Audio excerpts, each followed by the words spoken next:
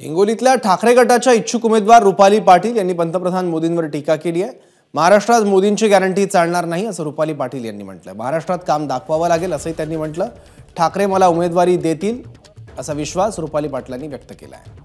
लोकसभा निवडणुकांची आज आचारसंहिता जारी करण्यात आली आहे। निवडणूक विभागानं पत्रकार परिषद घेत तशी घोषणा केलेली आहे आणि आता निवडणुकीचे जे ते सुरुवात झालेली आहे आणि हिंगोली लोकसभेमधून रुपाली पाटील स्वतः इच्छुक आहेत आणि आता आपल्यासोबत बोलण्यासाठी स्वतः रुपाली पाटील येतात। इच्छुक आहात तुम्ही, पक्षश्रेष्ठींना काही बोलणं झाले का?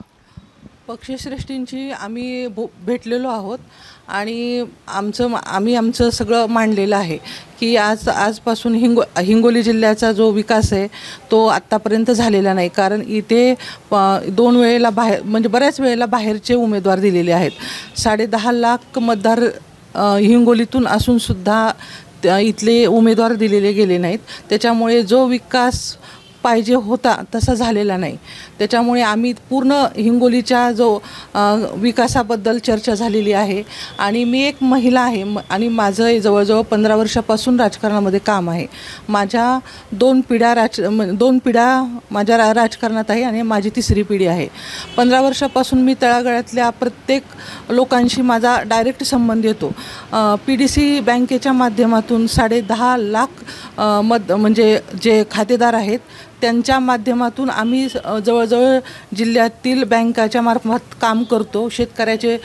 शेतकऱ्यांचा जो जिव्हाळ्याचा प्रश्न असतो तो आमच्या मार्फत सुटला जातो आणि जो आता जी PDC बँक आहे आणि ती PDC बँक आणि सिंचन हे जवळजवळ परभणी जिल्ह्याला जोडलेले आहेत। आमचं एवढं प्राधान्य राहील की PDC बँक आणि सिंचन हे परभणीपासून वेगळं करून हिंगोलीला एक सेपरेट द्यायचं काम आम्ही करणार आहोत। पक्षानं तुम्हालाच उमेदवारी का द्यावी? इतर पण अनेक जण स्पर्धेत आहेत आणि तुमच्याच पक्षाकडनं नागेश पाटील स्टिकरसुद्धा इच्छुक आहेत, मग तुम्हाला उमेदवारी का द्यावी?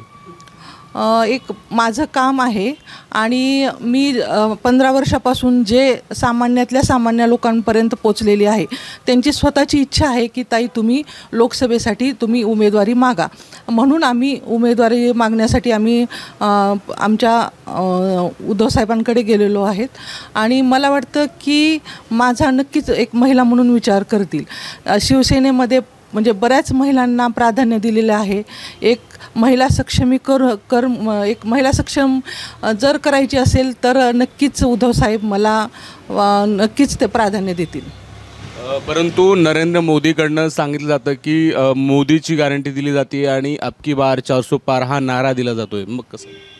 महाराष्ट्रामध्ये गॅरंटी चालत नाही, महाराष्ट्रामध्ये काम चालतं।